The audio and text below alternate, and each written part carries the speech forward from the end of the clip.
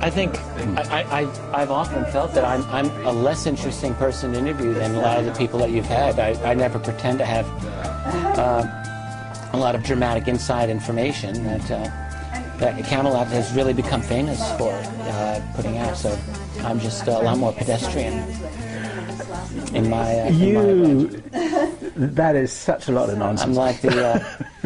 Well, we could get that on camera. That is nonsense. Are the cameras rolling? I think that you should introduce Rich. Okay. Okay, because you got the deep history here. Deep, very deep. No, yes, I have the deep info on Rich. Spill the beans. The 411. Here we go. As it were. Okay, this is Carrie Cassidy. And this is Bill Ryan. From Project Camelot, and we are here with Rich Dolan, and we are about to do a future talk with Rich Dolan, which will be very interesting. And just to refresh the audience's mind on what a Camelot future talk is all about, it's basically sort of a roundtable discussion between the three of us. It's not so much to go into your material, because although you are the author of UFOs in the National Security State, and they're Volume 1 and Volume 2, and they're huge, thick books, and you're an incredible historian. Highly recommended. I want to plug these books on your behalf. Please do. Yeah, yes, I really absolutely. want to plug this stuff. They're very, very. It's a wonderful historical document, and possibly in future times it'll be considered one of the most important historical documents of this critical time. Thanks. Yes, I would say it is the quintessential history of UFOs as we know them at this up to the year you ended on, and I'm sure you're off to the next one, right? I am currently working on that third volume, which will take the story to the present day. That's right. Yes. Yeah. Yes. Are you going to be able to catch up with the present day, or is the present day accelerating away from you? Well, who knows? I think that I'll have the third volume done in about 2 years, coincidentally with toward the latter part of the year 2012. Won't that be interesting? Possibly I'll have it finished on December 21st, 2012, for all I know. Good job. Okay, well, I have to say that we're all three extremely verbal, so this is going to be a real challenge to speak one after the other rather than on top of each other, but we're going to try. Let's do our best. So, and it's fun to be with somebody who really is as verbal as we are. So, at any rate, I would like you to give a little bit of your background for the people that will watch this, won't know anything about you, because, you know, the whole Rhodes Scholar finalist type thing, however you say that, and... Yeah, sure. I've, been writing and researching UFOs for a little over 15 years now, since the mid-'90s. Prior to that, I was Mr., academic PhD wannabe. I was working on a PhD in Cold War Studies at the University of Rochester in New York State. At that time, I was focusing on the presidency of Harry Truman, the birth of the national security apparatus that I've come to write about in my later books. In particular, I was doing a doctoral dissertation on Truman and this particular document called NSC 68. In national security, among those historians, it's actually a very well-known Cold War type of document. That was my thing. Prior to that, incidentally, I was a finalist for the Rhodes Scholarship. That was when I was an undergraduate student at Alfred University. My professors encouraged me to apply for the Rhodes, and I made the final cut, so not too bad. That was an interesting experience, incidentally. I did an interview down in New York City. The main woman running that interview was continually talked about how she was a close friend of Henry Kissinger. I'll never forget this. This was back in 1984. Big warning. Oh, big time. Let me tell you, even then I really had a total aversion to anything connected to Kissinger, and it really turned me off. And I've never said this to any other interviewer, but I really think that, in a sense, I torpedoed my own interview. I didn't come across well in that interview. I think I had an attitude to these people, and a lot of it was because of the environment that I found myself within. Suddenly, not knowing everything connected with the Rhodes Scholarship that I learned later, just as a tool of the elite, let's say. Back then, it was just something that I thought I wanted. But being in that environment, I was really turned off. And I didn't give a very good interview, in my own opinion. I didn't get it. Dodged a bullet, maybe. Absolutely. Absolutely. Well, and brought you over to us and to this whole sort of arena that we're in, and probably made you a very, very unique individual out there in the milieu, because a person with your credentials and your sort of methodical way of going about things at the same time, you're a fabulous writer. You could have been a journalist by trade. Thanks. And you're also a very interesting critical thinker, I have to say. So Thank you, when Carrie. take that, an ability with story, and then on top of it, you're a fabulous speaker, and I've sort of chided you about that, and tried to get you to be even more fiery than you are, because Right. you have it in you.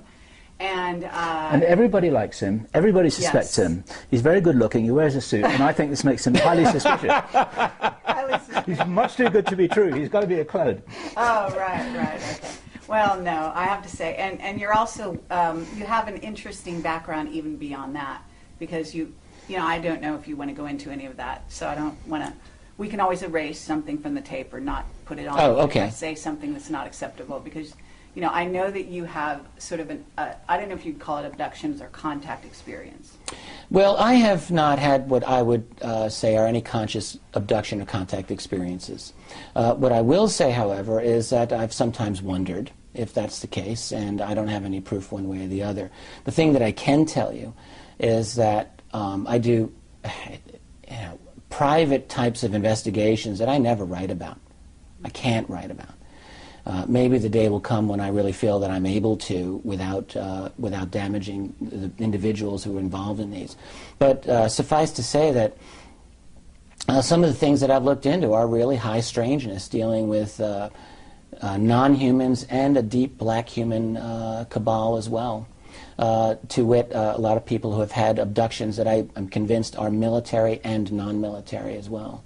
There's a lot going on that I've been looking into, and I'm trying to make sense out of it as much as anybody else is. And you've also got a background, I'm going to say this, in the occult, in the philosophy of the Illuminati, like myself. You've studied that background. Well, to some degree. I've always been interested in consciousness, always. I've always been interested in the possibility of other dimensions of reality, other levels of consciousness. It's not something that I would ever consider myself expert at in any way, but it's something, I'm interested in that, without a doubt. Right, so we've got a very open-minded, explorer here. And it's probably part of the data set that's necessary in order to make sense of some of the information that comes your way, would you say? Well, sure. Look, in my journey in this field, all right, I started out really in the mid-'90s, and I was coming fresh out of a very rigid academic environment. And I can tell you, you're in that world for 10 years or more, which I was. You learn to think in a certain way. Now, there's a lot of advantages to that. In terms of writing history, it's very, very helpful to maintain a lot of intellectual discipline over your subject matter so that you can present it in a way that's reliable and that can appeal to a lot of different people. On the other hand, that type of training doesn't really make it easy to get into some of the more difficult to quantify elements of what we deal with, in terms of UFOs and ETs and dimensions, all right? So what I've noticed in my own life over the last 15 years of doing this is we all are on our own journey. Now, publicly, I always try to position my writing and myself in such a way that I can reach out and talk to mainstream people. If I were interviewed by someone on NBC, I feel like I could do it, and I could speak that language. Mm-hmm. Because after all, look, everyone doing this field, we're part of a spectrum, and we all have our own audience that we have to deal with. And everyone's got something to contribute in that regard. And so if I'm able to speak in some way positively to a mainstream or to someone who's outside of our community, well, I think that's a good thing.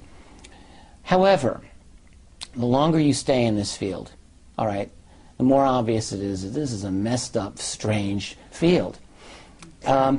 It would be like if I were to just stick to little nuts and bolts, sighting reports.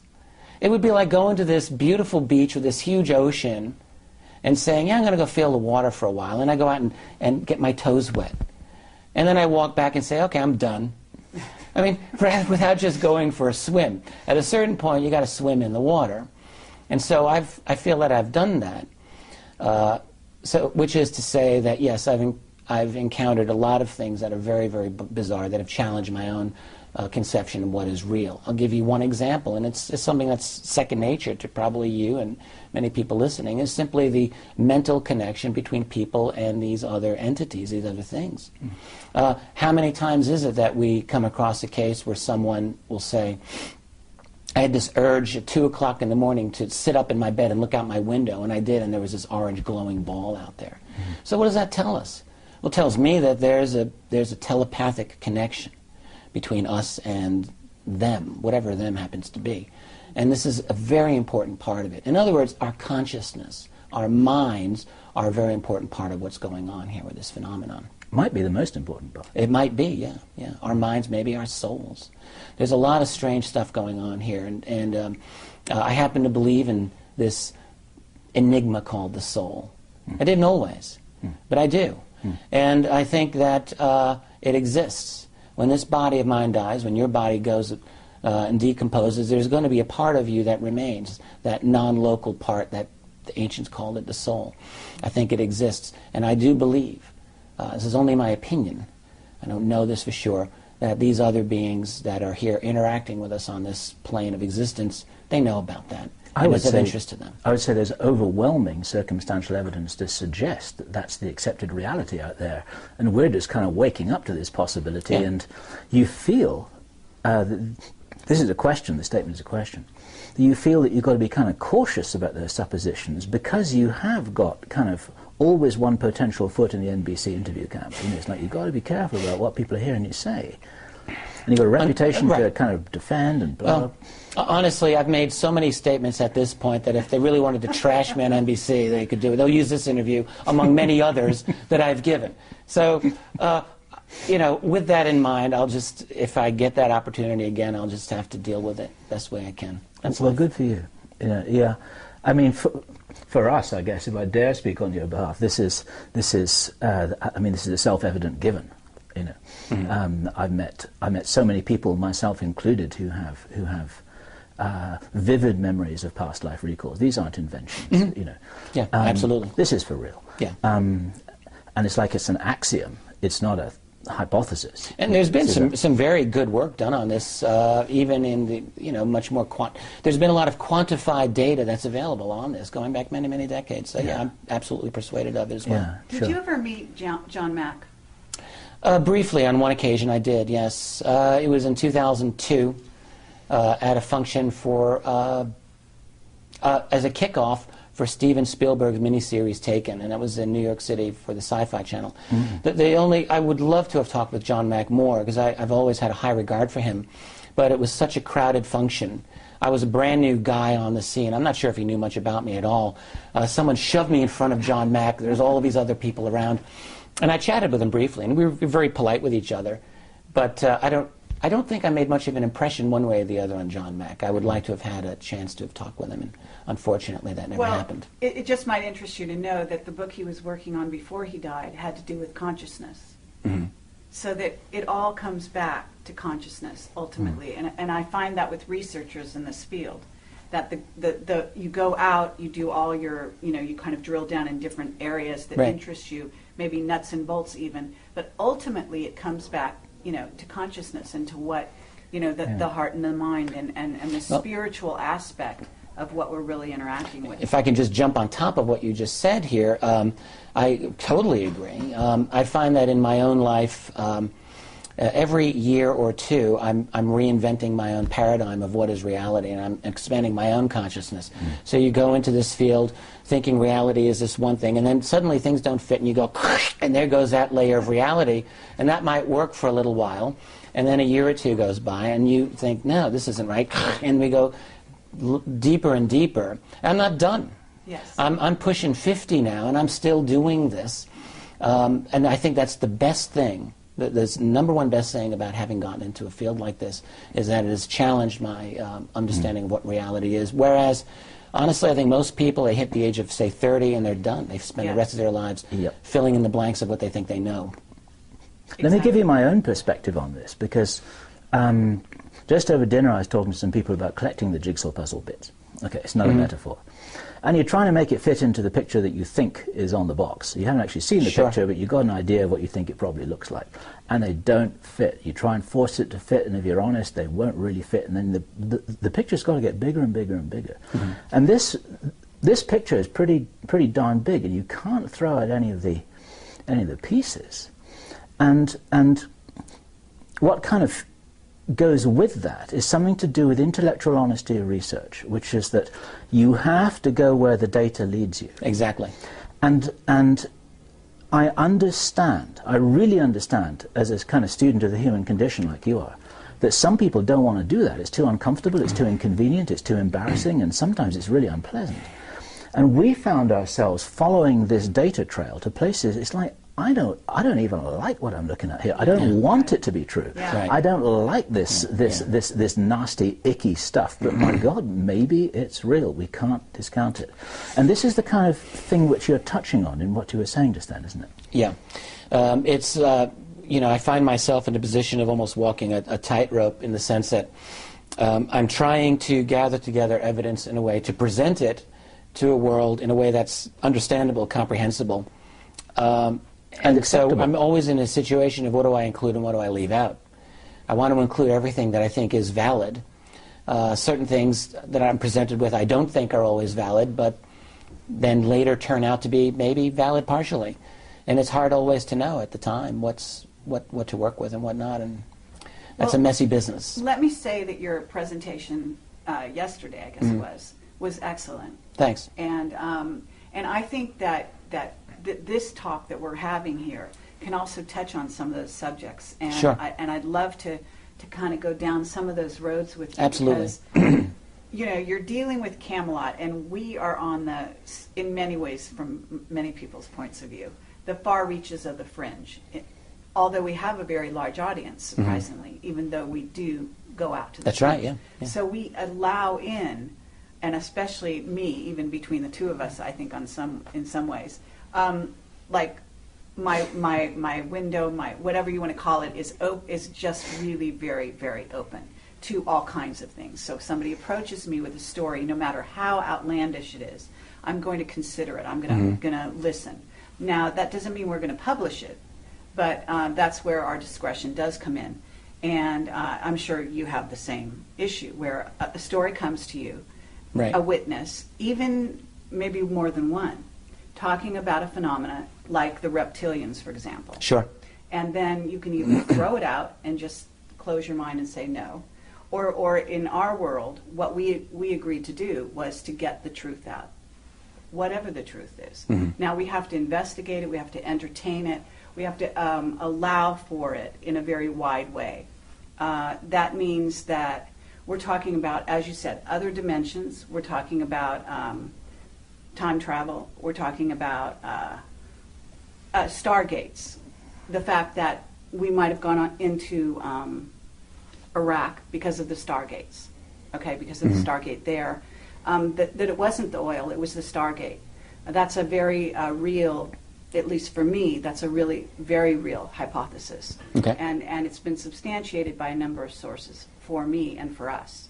And there's more. I mean, you know, there's a lot more. And so I'm wondering, because as you go into the next volumes, you're going to have to, in my view, this whole, it's kind of like it starts out like this rather narrow, and even for you as a historian, it actually widens, because human consciousness is becoming like that. In other words, the paradigm, even for these sort of masses out there, has become wider as we've left the 50s, if you will. At least in terms, Right. you know, I understand where you're coming from. Things from that Well, perspective. the way that I would deal with any of these topics of the last 20 years, which is which is going to be the content of the final volume of UFOs in a national security state, my methodology is not going to change, in the sense that I will work off of as reliable a body of evidence as I can. But that doesn't mean that I'll avoid certain topics just because they're uncomfortable for me to deal with. And so I'm very interested in asking and dealing with some of these very controversial ideas, and to look at them fairly. And just because there's not hard evidence to support it doesn't mean that I don't think it may be true. in my last volume of history, I let a lot of stuff hang out. And I don't feel the need. It's not my job as a historian to take my gavel and pound the desk and say, that's true and that's BS. I don't have to do that every time. Sometimes I feel that I'm able to make a judgment one way or the other, and I may put that out, hopefully with a light touch. But a lot of times I just don't know. So the best that I can do sometimes is simply present the best evidence on all sides that I can and just leave it. I can't solve every single problem. And really, it's beyond any one person's ability to solve every one of these issues. It's too much. It's a minefield of 500, 1,000 or more hot topics that just don't easily allow for solution necessarily. Yeah, it's like a hall of mirrors. One thing that I really loved that you did in your presentation yesterday was when you talked about the fact that there's actually created what you called a breakaway, almost a breakaway civilization. Within our culture. We've got a breakaway, and I would call it almost a rogue culture. Yeah, I think that's one way to look at it. In many ways, and we were talking to Bob Dean about this yesterday, and you know, he's actually like a leader in sort of our arena as a spokesperson in many ways, having come from, you know, really having a secret, above top secret clearance, and then moving into our sector of things. And so he's had real hands-on, you know, involvement in that sort of breakaway civilization, if you will. But he's come into what is the masses. And we were talking about the fact that there's actually a division now between the two lives. And you, I think you illustrated this wonderfully on your presentation. Thanks. Well, yeah, the basic idea is something that I've been working for the last couple of years. I introduced it in Volume 2 of my history and expanded on it in AD. And the idea is really not a complicated one. It's it's based on the idea that if you go back 60-plus years, we've recovered a piece of exotic technology from Roswell or some other crash retrieval, let's just say. You have teams of genius-level scientists looking at this with a lot of money, lots of layers of secrecy, and a lot of time. And so at a certain point, I think we can assume that they're going to have one or more eureka moments where they understand this technology in ways that are going to make a difference. That might mean they can improve integrated circuits or develop fiber optics, but it also might allow them to have breakthroughs that are even more exotic and better than that. Let's say anti-grav or, you know, field propulsion technology. Now, if they make that type of a breakthrough, that might be something conceivably, and probably, that their superiors would say, you're not going to be sharing this with the rest of the world. That's a little bit too important. Something like anti-grav, for example, would take down the petroleum industry. Poof, there it goes. Because whatever these objects are using to go from point A to point B, it's not petroleum. So that by itself is a world changer, and it would be withheld, of necessity, in the opinions of those people managing this secret. They're not really out looking for the betterment of humanity as a whole. That's a little bit too grand for their scheme. What they want to do is maintain their position vis-a-vis other players. So what would happen then? Let's say that you make a breakthrough in the 1960s on field propulsion, and you start to develop your own fleet of flying saucers. Well, the way science works, of course, is that it doesn't just go at a linear thing. It's exponential. It builds on itself. And so that it's really not inconceivable, is it, to imagine one breakthrough leading to a new understanding of some fundamental scientific reality, which may lead to another breakthrough, and on, so that this clandestine group suddenly starts leapfrogging, jumping, and now the next thing you know is they are way ahead of the rest of us. Is that possible? Absolutely it is. I'll give you one case in point. I had a conversation years ago with a former NSA scientist who told me point blank that NSA computing capabilities in the mid-1960s had them running at a clock speed of about 650 megahertz. Now today that's chump change, that's nothing. Everyone's got laptops faster than that. But the key point is that the personal computing world didn't reach that clock speed until around the year 2000. So that the NSA was 35 years ahead of the rest of the world. That's a lot. So what would be the case? And then you ask, where are they now? You know it. And in the case of a group that might even have something ahead of the NSA in terms of ET technology or capabilities, where would they be in terms of AI, in terms of nanotech, in terms of biotech, in terms of the ability to go off-world, in terms of the ability to deal with dimensions? I think that this is all very significant. What it means is that they are, in a sense, a different civilization than we are. I mean, what is a civilization? Well, it has to do with your level of technology, your cosmology, your understanding of your place in the universe, and all of those would be different with these guys. And so I call them a breakaway civilization. They've broken away from our own. That doesn't mean, by the way, that they never interact with us. I mean, they've got families, they've got reunions, they do their thing, but they also live in this other world. And my theory is simply that the farther ahead they get, very probably the harder it's going to be for them ever to try to bring the rest of us up to speed. I mean, I can see this being the case. Even if you've got sympathetic insiders, and I believe there are, they might be asking themselves, how the hell do you bring in 7 billion other people now who live in this little cartoon version of reality compared with what we've got? How do we bring them up to speed, even if we wanted to? That may not be easy to do. And do we want to? That's one of the bigger questions. Exactly. If you look at the Georgia Guidestones, and you read the Iron Mountain report, it's highly possible that they'd rather just kill a good portion of them. Yeah, let us die off in some way. Yeah. Yeah. In light of that, now that we've kind of painted that picture, right. I want to touch on the idea that we are actually a bridge. That the disclosure that we're involved in, that we are out disclosing, okay, sort of in our way, through these kinds of conferences, through the books we write, through the things, the interviews we do in the case of Camelot, and so on. And we are actually, people come to us and say, oh my God, you've changed our life. So we are able to change their paradigm out there by bringing them along. And the people in the one half of the civilization, the very accelerated half that is basically the hidden portion, depends on us, in my view, as that bridge now, because they begin to realize that the gap is so wide that it's almost impossible for us to coexist. We're a valuable asset. I think that's a great point. And so are you. That's an excellent point.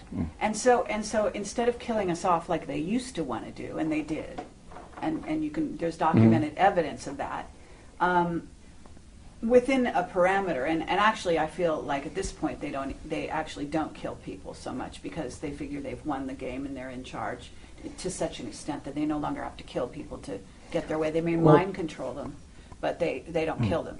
So ultimately what they're doing now is using people like us to bridge that gap, to begin to bring disclosure of what they've got going on, so they have leaks down to us.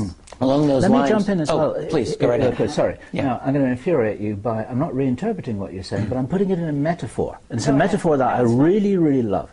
And it's a reaction. It's a controlled reaction, like a nuclear reaction in a reactor. And to speed it up, you take out the control rods. And if it gets out of control, you don't want it to be like Chernobyl. Then you've got to put the control rods back in there again. And the control rods are leaning on people to say, you know what, don't say that if I were you. You know, you might never see your dog again. Or in the olden days, it might have been something much worse than that. Now, I think things are done in a more gentle way. It's just a whisper in the ear, and we've had a few of those. It's like, you know what, you should really run that past me first, read my lips, and all this kind of stuff. But sometimes they want the reaction to accelerate a little bit, and then and then someone will have the go-ahead who you've called, who's an insider, to say more than you thought they were going to say. Right.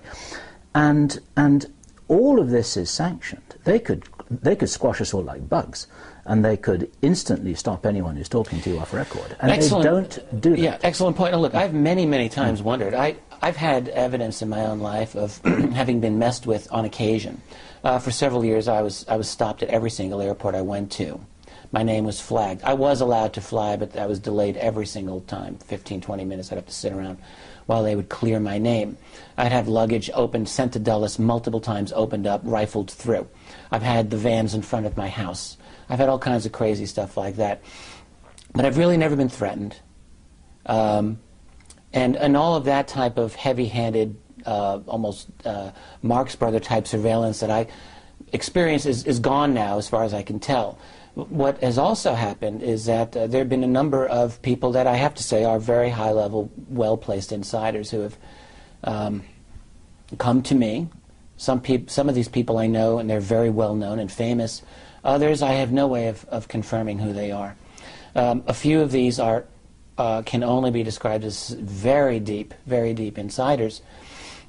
And some of those I can't confirm them, but I've had an enormous amount of information for some of these people. But it must be sanctioned, mustn't it? Surely. The impression that I've got from some of these contacts has been they do this on the sly. Now that's the impression that they give to me, or they have given to me. And by the way, I haven't heard from this particular group in some months now, and I don't really know what the deal is with them. There were a couple of people who would write to me. Lots of information. Is it true? Is it not true? Well, hard to say. There are times when I've been inclined to think, yes, they're telling me the truth. It's also a possibility to wonder if you've been taken for a ride, and so I've got to be careful. The impression that I get, though, is that these are individuals within the deep black clandestine structure who support what I do. And have decided on a limited basis to give me a little bit of information about the nature of their world. That being said, what I'll say, the scenario is very possibly one in which, let's call it the Majestic Group, the secret keepers it's not just 12 guys, it's a large, sprawling bureaucracy group that is international, operated not by U.S. DoD funds at all. It's all international money, big-time private money that goes in. They own all the goods. There's also factions involved, as it's come down to me. Human factions and multiple alliances. That's right. All right? Yep. Of human and non-human groups, and who the hell knows who's got a scorecard here to sort all these guys out. I'm not sure that they do, the impression that I get. And also the impression I get is that I call them Majestic. I think the Majestic Group is actually scrambling to try to stay on top of this, to deal with one difficulty after another that is arising in this world due to the intervention of forces that they really cannot control, not all of which are benevolent. This is the impression that I'm getting. Sure. So that there's a kind of forces, war going on. Yes. Forces, entities, groups. Interests. Absolutely. Not all, they don't even know, it's possible they don't even know that these are extraterrestrial. I think they're dealing in some way with dimensional forces, dimensional groups. And again, look, this is just how it's been presented to me, and I don't know for sure that this is true. It's just some possibility that I'm looking into. But if that scenario is as it appears to be, it's a wild story, and it's not hard to see why they would want to keep a lid on this in terms of letting the public know about it, because it would be explosive. It would be absolutely explosive. Yeah, if the it's real true. story, when, because when people talk about disclosure, I think it's all very nice and fine for people to talk about little gray aliens that go around, abducting people, and then the military has made deals with them. They've got some flying saucer technology, and that's it. That's the end of the story. That's simple, right? And, yeah, very simple. That Right, could be disclosure. That may be all they're prepared to say. But actually, from what we've heard, the story is so much more complex than that. Yeah, I think so too. And it does involve, from what we've heard, battles, in other words, going on between various groups, some of which are human, some of which are human and the others, some of which all look human but they may be from off planet, Right. And so on. And I mean, the mixtures of groups is really complex. And there are also aspects where they may not have all the information themselves, they may have unanswered questions, they may not understand it, they may be freaked out. And one of the problems with the so-called presidential press conference where he spills the beans is it's pretty hard for the president or for a five-star military general to say, well, you know what, that's a good question, and gee, we just don't know the answer to that. I agree. One of the points that I've tried to make regarding disclosure is, first of all, look, I am and am not a disclosure advocate. I mean, in a way I am, and in a way I'm not. I know full well that disclosure is going to be a very messy, and as I've been lately saying, a very unsatisfying proposition. And it's not going to be fun. Having said that, I think, as I've often said, it's a paradox. It's impossible, but it's inevitable. It's impossible in the sense that the people who've got this secret, I see no motivation at all on their part for giving it up. Why would they? A, you've had this secret in your possession for a lifetime. That's difficult to explain to the world right off the bat. Then you've got the whole tech issue involved. You know, what do you have? What toys do you have that the rest of us don't have? There's going to be a lot of public anger. Then you've got the economic financial picture in which you're replacing petroleum. Because, look, after there's a disclosure statement, it's going to take all of 5 minutes for someone to put together the fact that these things don't need petroleum. So what are we going to move on to next? And then there goes the petroleum industry. Just for starters. So what's going to happen? The order of the day is going to have to be stalling for time. Has to be. And so, in other words, disclosure is not the end of the game here. The disclosure is the beginning. Exactly. It's the opening shot in the next battle for truth. Yeah. A president will, let's say it's a president, is going to say, yes, apparently there are others who are here and not all of these objects are ours. Well, then what? How do you deal with abductions? That's going to be really not fun to talk about. And so the best that a president will be able to do in those opening days and weeks, if he's lucky, is to be able to say, we're working on it, we're going to have as open a process as possible, and we're going to make sure that people are safe, and we're going to make sure that we get the answers so that you can know. And then just stall. But the real issue is going to be then, there's going to be lots of angry and inquisitive people, and there'll be a lot of researchers who have been digging into this issue, and you know, people like us will have something to say about it, and guess what? A lot of people will be listening. And so the issues are going to get on the table really quickly.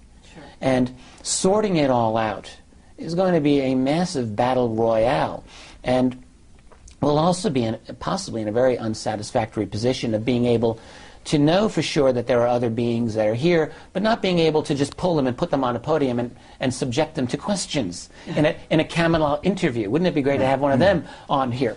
That may not be possible. And so we're not necessarily going to be in a position where we can satisfy all of our questions. And this could go on for years. It could go on for generations. Well, there's also the idea that if you think about it from the point of view of them, whoever they are, and all the different aspects of who they are, you could imagine that it's kind of like stars standing behind a stage and vying for who gets to go out on stage first. Because if you think about it, why do the Andromedans want to let the Pleiadians out on stage first? Maybe they get along and that's okay, but I don't think that the Greys are going to be so happy about that. And then what about the Reptilians? Right. And what if one of those groups wants to stay backstage and the other group wants people to know about them because they actually have to consider that that group is a threat? Right. And that's where you get into this whole sort of craziness. And then there's also the other aspect, which is that, from what I understand, various aspects, for example, of the military have been aligned with various different races already. So there you already have a sort of battle going on behind the scenes for the group of Nordics, let's say, that are affiliated with the Air Force versus the Army, and I'm guessing here, who is aligned possibly with a certain group of Greys. And then there's supposedly, another group of Greys who are bigger and taller and may have, humanity's best interests more at heart, so to speak, than another group of Greys, and so it goes. So and this kind of discussion, it's not like it's not already been out there. And we do have movies about ETs and various kinds of ETs.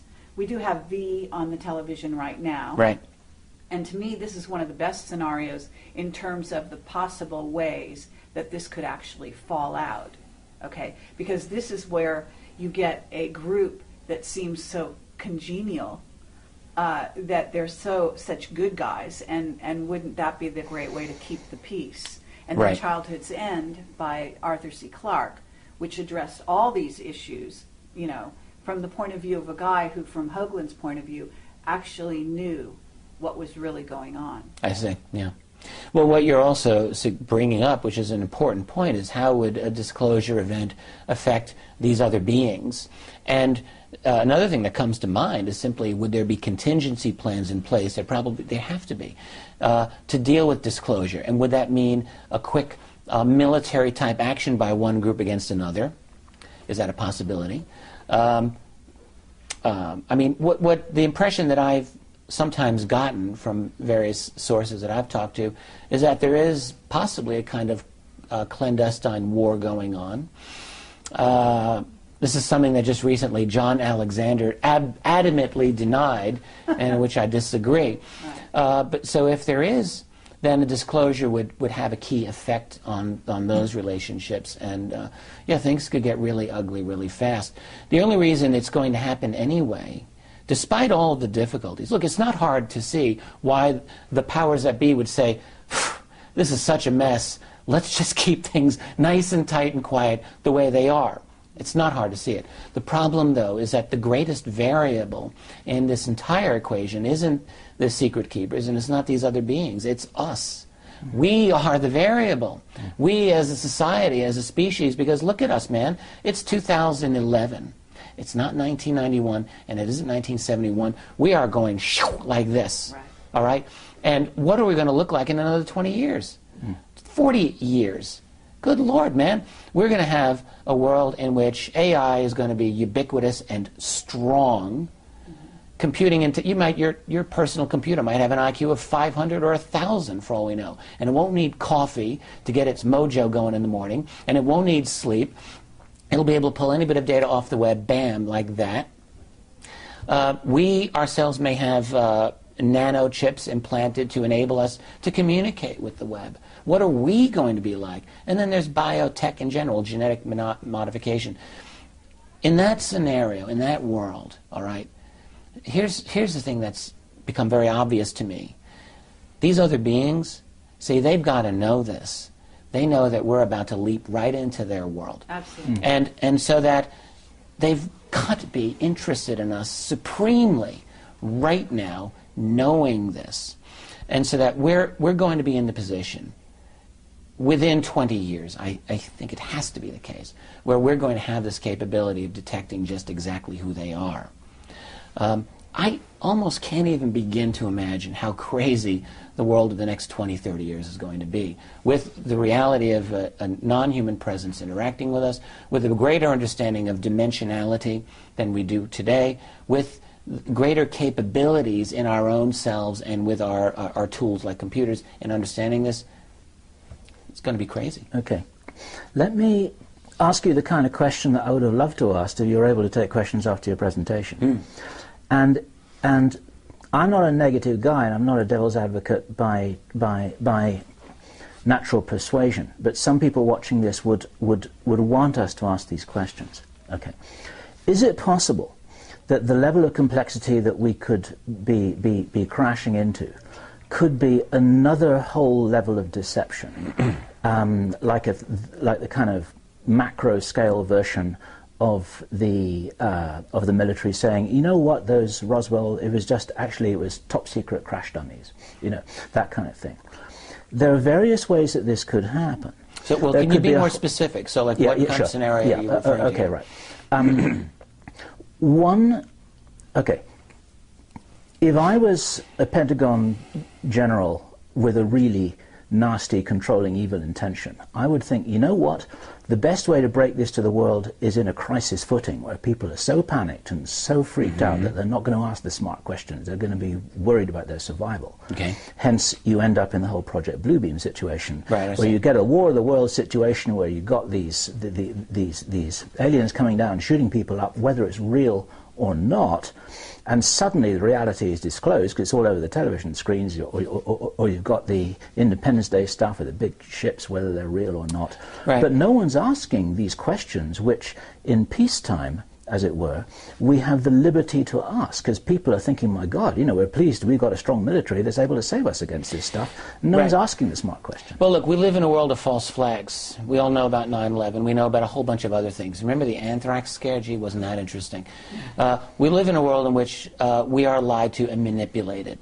And so in terms of scaring the hell out of the public in order to create a global fascist state, is something that we have to be very vigilant about. I agree with this. And it also solves the problem. It solves the disclosure problem, you see. Well, sort of. It does and it doesn't. I mean, in terms of Bluebeam, I just want to point out, I did some investigation of Bluebeam as well. There was supposed to be a Bluebeam event, if you recall, on October 13th. I know it's nonsense. Yeah, it was nonsense, and I said so long before it happened. Good. The origin of the Bluebeam theory was from a guy named Serge Monast, and you know, I looked into his background, and the fact was, it's just a load of nonsense, in my opinion. But the theory, as a tactical device to use, it makes strategic military sense that some people might do this, surely. The question is, you know, getting the details right. So you're going to have to convince the world that there is a hostile alien threat, and they're about to get us. So you're going to have to come up with, presumably, documents. You're going to have to come up with ETs. See, part of the problem is going to be convincing the scientific community about this. All right?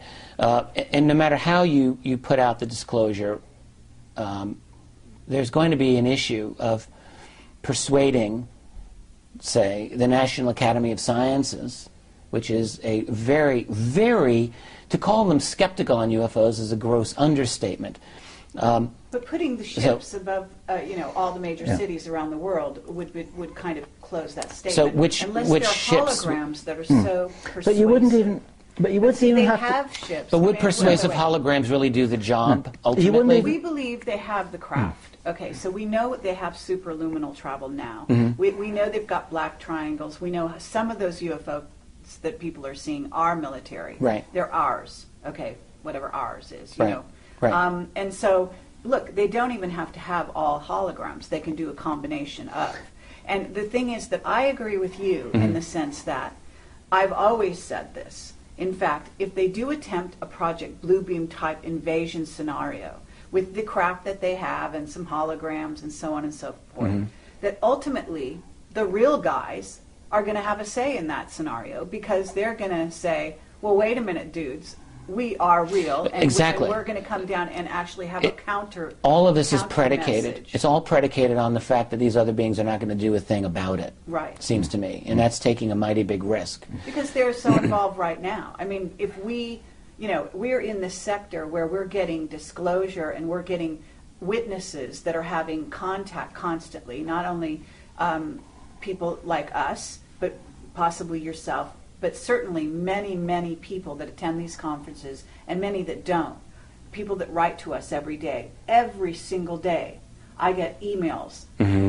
All the stories. You wouldn't believe it. It's amazing. You know, I had one woman just come up to me yesterday and say, you know, from Puerto Rico, and say she has a crystal child and that we saved her life because of an interview we did. Because her child was able to see, documented on on the screen with us, what he was seeing in his real life, and he was having trouble living in that sort of mainstream paradigm in which the world we talk about doesn't exist. So, I mean, that's what we're dealing with. We're dealing with ETs that are actually, they are involved not only with our military, but with us. The way they're involved with us, in some cases, is much more secretive in many ways than even what we understand from the military, because we hear that, you know, Dan Burish says he's working side by side with them, and we've got Henry Deacon who said the same thing. We've got, you know, Bob Dean saying they're walking the halls of the Pentagon. The easiest way for the ETs to influence our society, whatever their intentions are, however many different groups are involved, is to incarnate as us and then play the game from within. I think that's actually, I believe that's what's been happening. That is happening as well. You know, if any of us were non-human looking ETs and we were interested in this society down here and we would want to influence it, well, you'd either want to put your people, get some of those people to work for you, or you would create your own, or you would somehow work to infiltrate that society and manage it, so that when it gets to a point where it might be a real pain in the neck for you to deal with, you're in a position where you've got influence with it or control over it. Your own team on the ground. Right. You've got a whole bunch of sleepers. And I think that this is absolutely a real possibility. Absolutely. You know, figuring it all out is going to be a very difficult situation. The one thing that I tried to do in writing this book, by the way, is to show, yes, there's the possibility of these very, very bad scenarios taking place. I tried not to avoid any of that. But I wanted to I wanted to show that it is possible to see that there's a better way here, that there is a better possibility for our species and our society. So in other words, let's look at the political upshot of a disclosure process. It could be a fascist police state. Right now there's a battle in the world about that going on. We all know it. And that battle is going to amplify, I think, after disclosure. But it doesn't have to go all one way. And we're seeing this now in the actions of the Arab people in the Middle East. We can see that change happens fast, and that there is such a thing still as people power in this world. It can be disabled. Right now in Egypt, the army is just batting down the protesters, so it's not clear where all this is going to go. Right. But that revolution's not done. Oh. So in a post-disclosure world, what are going to be the issues? Let's say you're the president.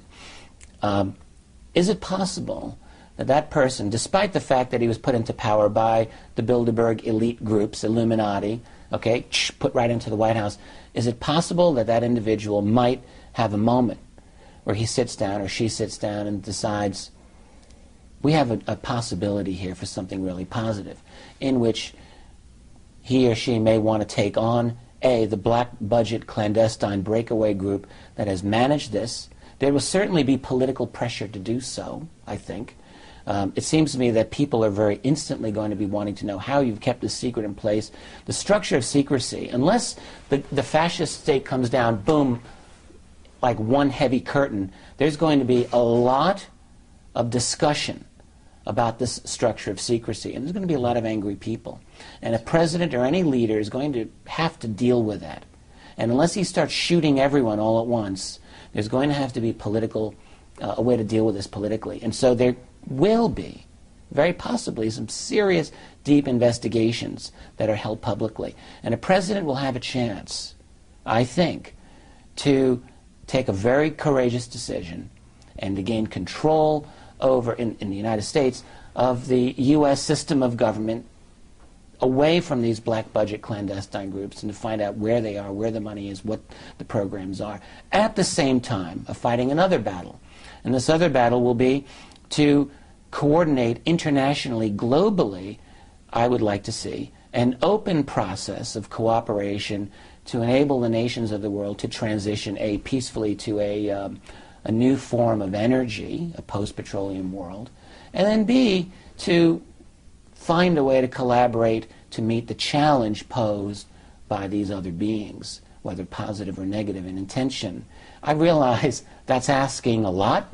I realize that that's so idealistic that maybe it borders on utopian. Maybe that's what it is. And it's assuming that the president makes the calls. It is indeed assuming that. The president, there's no reason to say that a president is going to do that. The president could just as easily follow his corporate international masters and say this is not how it's going to go down. But last thing I want to say, though, is that the voice of the people on planet Earth may not be so easily amenable. All right? Sure. And we're seeing this now in parts of the world today, and it can very well be the case post-disclosure. I support that. Well, I think you also have to keep in mind, though, that disclosure, this thing we call disclosure, which is happening, as Bob Dean says, we are actually have been in a rollout, for the last 20 years, if you will, of disclosure in various ways, movies, films, books, what we're doing, okay? And you can argue for that. And it's I have a slightly different take on it, but go on. Okay, yes. But it is a rollout of a sort. And so at that point, you can really say that we're not just a closed system right now, Earth, with a few, different visitors, so to speak, dipping their hands into the pot here. We are actually entering as a solar system, a galactic community, but also we have, if you listen to Paul LaViolette and you look at what's happening in terms of the dynamics with the changes on the sun and the fact that it's a super wave of energy coming towards us. That one of our witnesses, Jake Simpson, said that using superluminal travel, they sent craft out beyond our solar system and actually were able to see this wave coming towards us. Okay? All right. And this was several years ago. So at this point, you could assume that it's almost here. The changes on all the planets in our solar system are well documented at this point by Hoagland and Wilcock and other people scientifically. So when you're looking at those changes... Well, let me just say, I'm not, it's all in the data, all right? And Sure. if the data is scientifically measurable and confirmed, then that's one thing. So what you have is a possibility of a new body coming into the solar system at the same time as all these other things. So here on Earth, we've got this tumultuous, almost on the verge of revolution, what I call a revolution of consciousness, happening among the masses, simultaneous with all these facilitating things going on to some degree, working for and against Earth changes, things that are being done on purpose, weather wars being conducted by our military using HAARP and so on. There's lots of evidence of that. And so that scenario is not simple in terms of just, well, you have a president sitting here looking at the playing field and saying, well, wait, stop there, and let's talk about this. Actually, it might not be that easily delineated, and what we may be looking at also, because in terms of the power structure, it's not the president, obviously, and it's groups like possibly Scion, which is MJ12's new name for themselves, supposedly, and then City of London, which is maybe even above that, and aspects of that, and then there's the Anunnaki card, if you want to pull that forward, which says that there are Anunnaki that are operational here on the planet at this time, and that they are still in control, and that their I hear your reign point. may be right. Their reign that's being challenged, and not President Obama or I'll take the point, obviously, that there are entities beyond that, but okay. But the office. Well, I take your point with everything that you've just said about powers behind the throne, so to speak. But I would still maintain that within the office of the U.S. presidency, there are still legal powers that this individual has that would enable him to make a difference.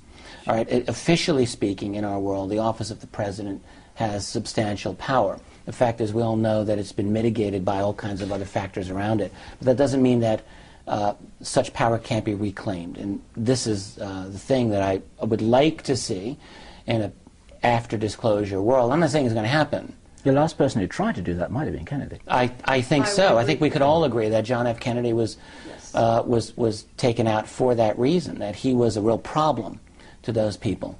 But it doesn't mean that a future leader won't have a moment of courage and a moment of insight and make a decision to say, let's do this the right way. Let's do this for the betterment of the human species. Why should we ever rule that out, especially if there's a large global movement among the people to do that?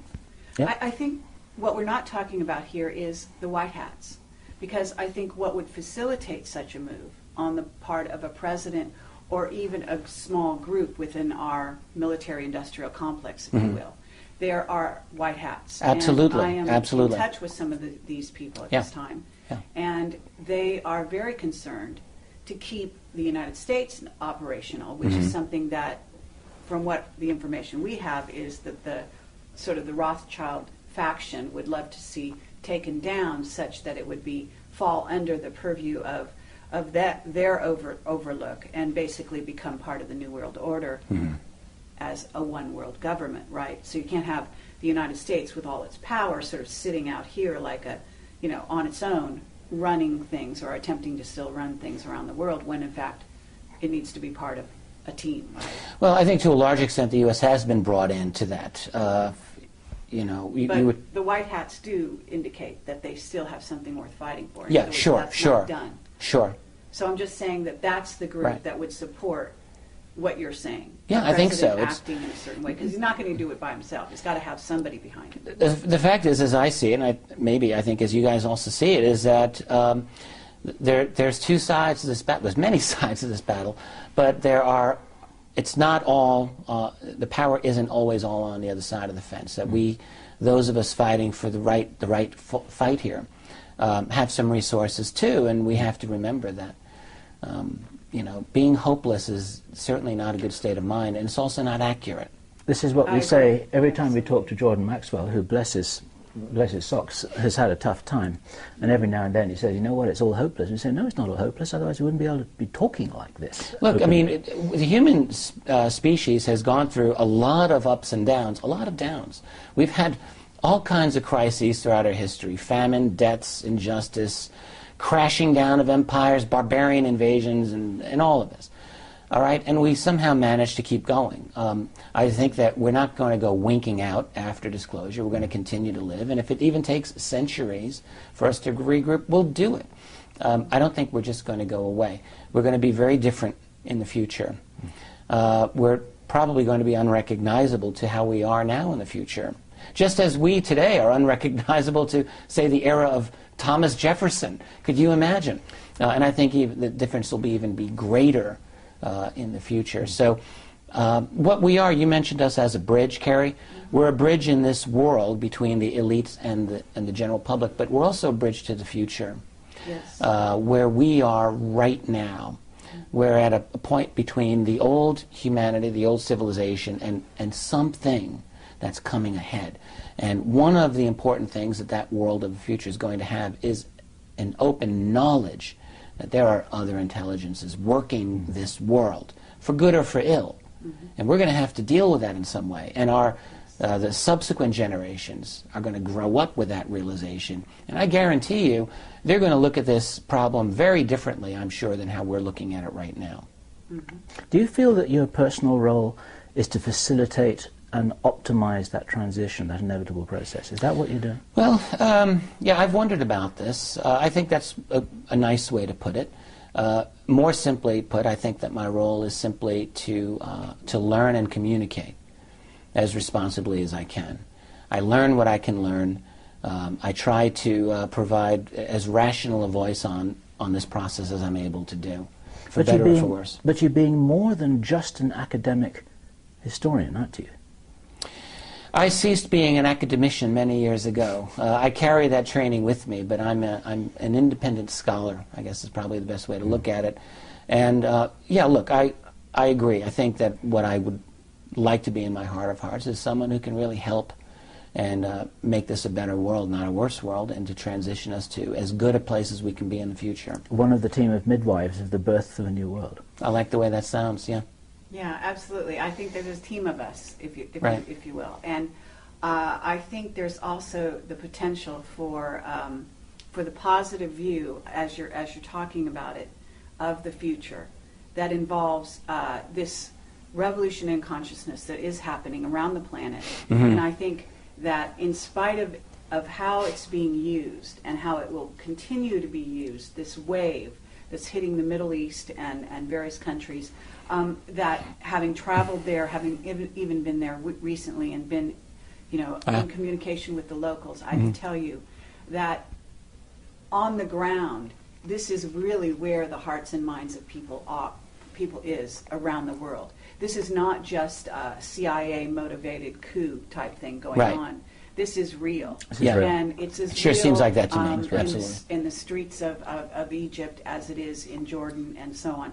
And we travel constantly as you do often. And I have to say that's for sure. Yeah. Now, at the same time, there will be an effort to twist some of these things around, just as there has been with the WikiLeaks, for example, saying, he's on the payroll of this one or that one. Oh, yeah. But the information comes out. Exactly. Bottom line, the truth is coming out, slowly but surely. And that's really the wave that we're all behind, in my view. And I want to say that at some point, and it may be happening now, I'm beginning to think that call them the power elite, call them, whoever they are beginning to turn to us to begin to be the sort of not only the bridge, but also the communicators between them and the masses. I mean, us all. Yeah, but what I mean is that us in the sense of, I don't mean us, Kamala. The alternative media. Us in terms, in terms of the ones that have been willing to go out on the limb early on, you know, sort of being at the avant-garde, being at the forefront of some of the changes and the willingness to entertain that. At the same time, we can actually provide, I think that there's a dialogue that can start to happen, if you will. Well, there's another way to look at this, because speaking totally for myself, I can tell you, no one ever encouraged me to take this path that I've taken. This is something I've done on my own. I've never gotten encouragement from the Rockefeller or Rothschild clique. Just hasn't happened. Yeah. It's possible to say that they've suffered this existence and they've allowed me to do it. Okay. But what I think is actually happening, and this gets me back to a point you mentioned Bob Dean earlier, and I love and respect Bob. I think the world of him. But it's a very commonly held opinion that Bob shares, and I'm not sure I agree with, which is that this elite is promoting a kind of openness to this reality through popular culture and popular media. I'm not discounting it, but what I actually see is this change is coming from the bottom up, and that those people who are involved in media are increasingly seeing that this is what people are interested in, and they're responding to that. That's what I think is actually happening. And again, let's take a look at WikiLeaks as a phenomenon. WikiLeaks is possible because of the age of the Internet. In the same way, these radical changes we're seeing, almost every single thing that we're seeing, honestly, in my view, is because of the existence of the Internet. What we've experienced in the way of our ability to communicate, it's exponentially greater than anything possible before 1990. And that is what is driving this change in consciousness. Suddenly we're all able to talk to each other. That's right. Around the world. And that's driving the change. And the guys at the top, I think, have been struggling in a way to maintain control over this situation. I think they continue to try to do so.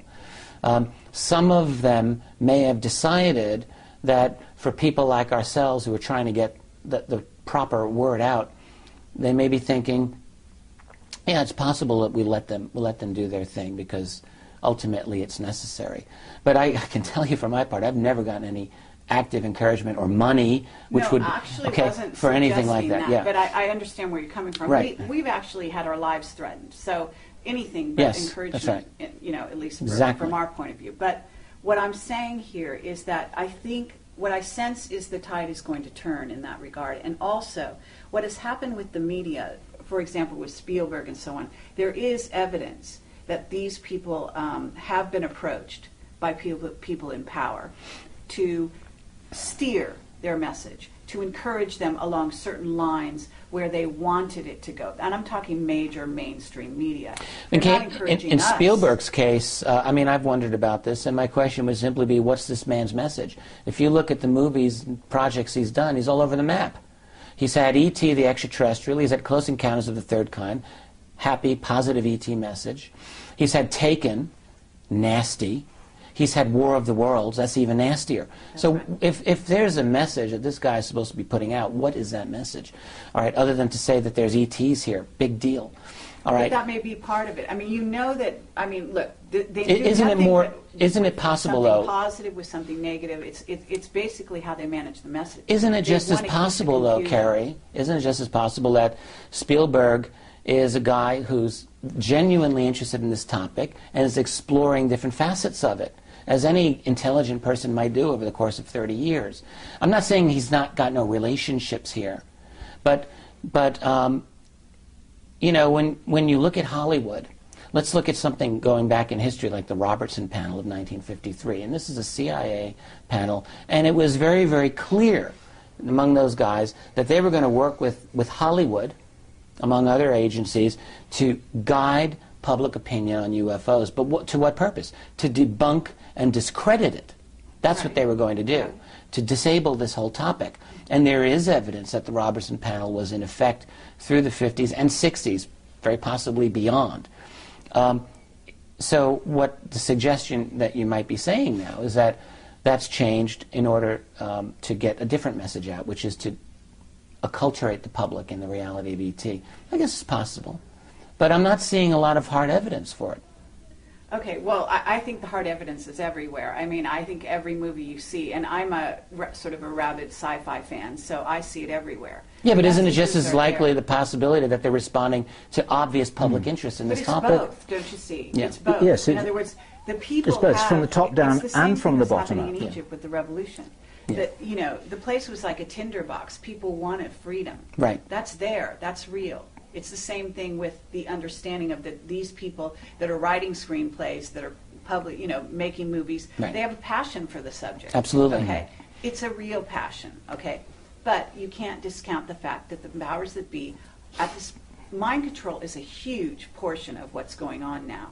Yeah, with regard to the powers that they have. Well, yeah, actually, I mean, I shouldn't really be arguing it this strongly, because I do agree that, you know, if you have the annual Bilderberg meetings, obviously one of the things they're going to want to do is to ask, how do we manage public opinion here and there and there and there?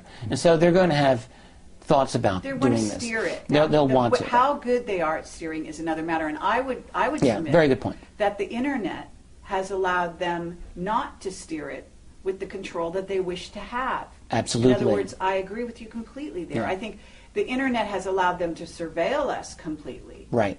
But at the same time, it's given us incredible power because we are, as you say, able to talk to one another across the world.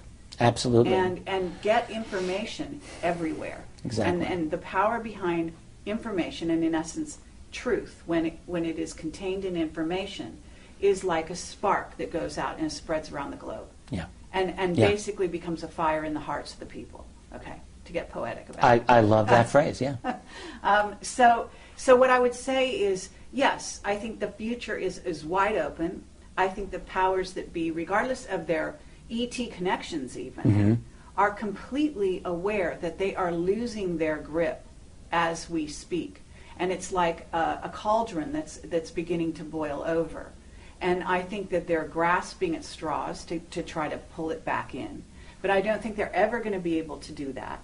And that's what we're banking on because, you know, that's what we do. We're trying to wake people up. And it's just the act of waking up that makes every human being able to connect with that whole world. And you just made me remember what I wanted to say, so thank you. And it's the whole concept of consciousness. And incidentally, when I spoke at Awake and Aware, a conference in 2009, I absolutely loved the title of that. And I've always appreciated your tagline in your emails, Awaken the Dreamer, all right? Because I also feel that most of us, to varying degrees, go through our lives kind of a sleepwalking our way through. And our ongoing struggle is to wake up, to become conscious of everything that's going on around us and inside us. When I look at the world around me, not simply other researchers or interested parties in this topic who are much more awake than the typical person, but there's a lot of people who aren't awake. And I ask myself, what's going to get our whole species awake? Is it our mainstream media? No. Is it our political system? Not really. Is it our educational system? Doubt it. And so there's really no structures in place, really, that are going to get us there. But there's a couple of things that can do it. The shock of learning that there are other beings interacting with us is going to spark 6 to 7 billion people to sit and look and ask themselves a simple question: have I been wasting my whole life? Because there's going to be evident, strongly obvious, that there are other beings operating at a different level of consciousness than we are. And people are going to realize, holy crap, I've got the opportunity to rethink my whole worldview, my whole life. And that is an opportunity for humanity to really move to a truly higher level of consciousness, to understand what it is we are and our place in the universe. And that can ultimately be the thing we absolutely need. Absolutely. I think that also the possibility of free energy that opens up the fact that people will not be living from hands, absolutely on critically a important thing. survival level. Right. That will change everything. Because if Totally you don't have agree. to starve and you don't have to work Right. 8 hours a day to support yourself, to pay your bills, et cetera, et cetera. Right. If there's another kind of organization of society that can Right. happen, Right. then it's wide open. Exactly. The whole paradigm of previous human existence now becomes changed. You know, the reasons for just about every war that I can think of in human history has to do in some fundamental way with control over resources, over wealth coming from the earth. And if that really becomes moot in a situation of free, cheap, readily available energy, where goes war? I mean, maybe this is pie in the sky, but I think in a lot of ways it could be that after a number of decades we might just find that the motivations that we had for warfare in the past really aren't there. Now, of course, in the meantime, we'll have the very practical issue of having global military bodies around the world, and what do you do with them? It's going to be an issue. Do you just stand them down, or do they become police forces involved in the global police state? Well, they're very powerful and effective. Sorry.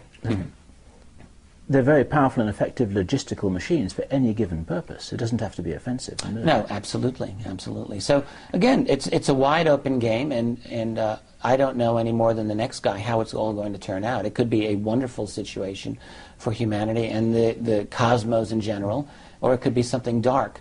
But even if it's something very dark, I'm skeptical of saying that it will be dark forever.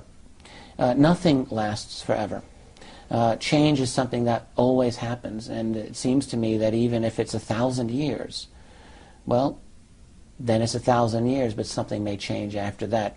I'm very much not inclined to think that even the worst outcome in the short term is necessarily going to hold forever. Here's a question to challenge you then. If you let go of the data that you've got, and I can only imagine the piles and gigabytes of data that you've collected in the last few years, what does your intuition tell you we have in front of us over the next few years? We've got a really nasty situation ahead of us, to be honest with you. I think that we've got... I think that humanity right now is the most interesting event in this portion of the galaxy. We are about to truly wake up. We're truly about to jump into the world of these other entities. They won't be able to stop it. And so anyone who's anybody is here right now looking at us and investigating our world, and very likely positioning themselves to get the best gain out of it. I'm not of the opinion that all of these other beings that can go across dimensions and stars are all necessarily spiritually evolved. And I think some of them are, actually, and I think some don't seem to be. So you've got a plethora of interests out there. And so what we're looking at is we're going to get a baptism by fire in the next lifetime. Us and the next several generations after us are going to have to deal with a lot of difficulty. We also have the possibility of some severe infrastructure interruptions, it seems to me. I mean, I was just reading about the airport in Tripoli right now, which is a sea of humanity with no sanitation and no food. And they're all just trying to get out of the country. Imagine that on a large scale, if we have big problems in terms of mass panic and difficulties associated with transitioning to new forms of energy and financial problems and collapses and wars that may break out in the short term. It could be really bad.